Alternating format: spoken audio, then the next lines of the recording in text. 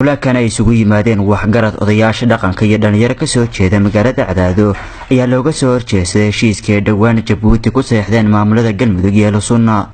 waxgaradka iyo odayaasha kulanka ka hadlaya sheegay in heshiiskii Jabuuti ee Galmudug iyo Lusuna uu yahay mid aan waafaqsanayn dastuurka Galmudug aysan aqoonsan doonin.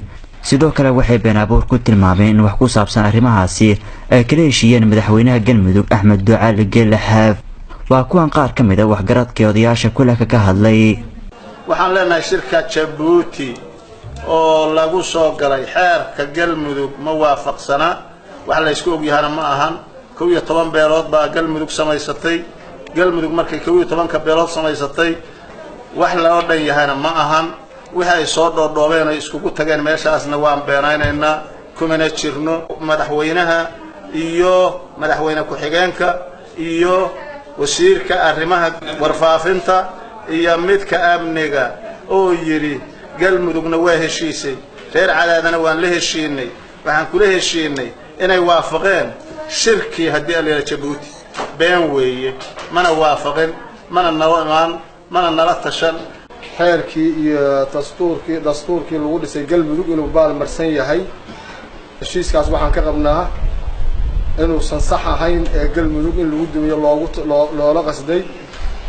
go'aamadii waxaan qaadanay xildhibaanada reer Cadaado ay ka qaateen haddaan nahay odayaasha dhaqanka iyo waxgaradka aan taageer waxaan taageersanayn oo qaadacnay shirkii Jabuuti ka dhacay oo loo dhamayn been abuurka hadalka ah oo wasiirka warfaafinta iyo wasiirka amniga iyo madaxweynuhu ay yiraahdeen Galmudug waa heshiido reer Cadaado waan soo hebanna isma aanan arag propaganda weeye waa been abuur.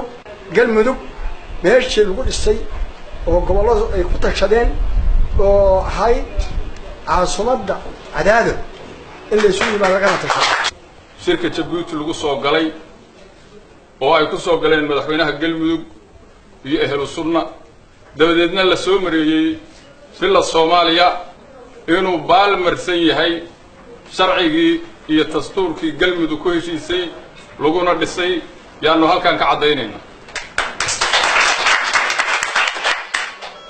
waxaan beeninaynaa oo cadeynayna been abuur inay tahay madaxda Galmudug oo madaxweynuhu horeeyo madaxweyne ku-xigeenku ku xigo wasiirka warfaafinta ee masagawa uu ku xigo wasiirka amniga ee taardhuleed u dambeeyo heshiiska ay sheegeen ee caasimadda kumeel gaarka ee Cadaado lagu galay wax ka jira inaysan jirin been abuurna uu yahay.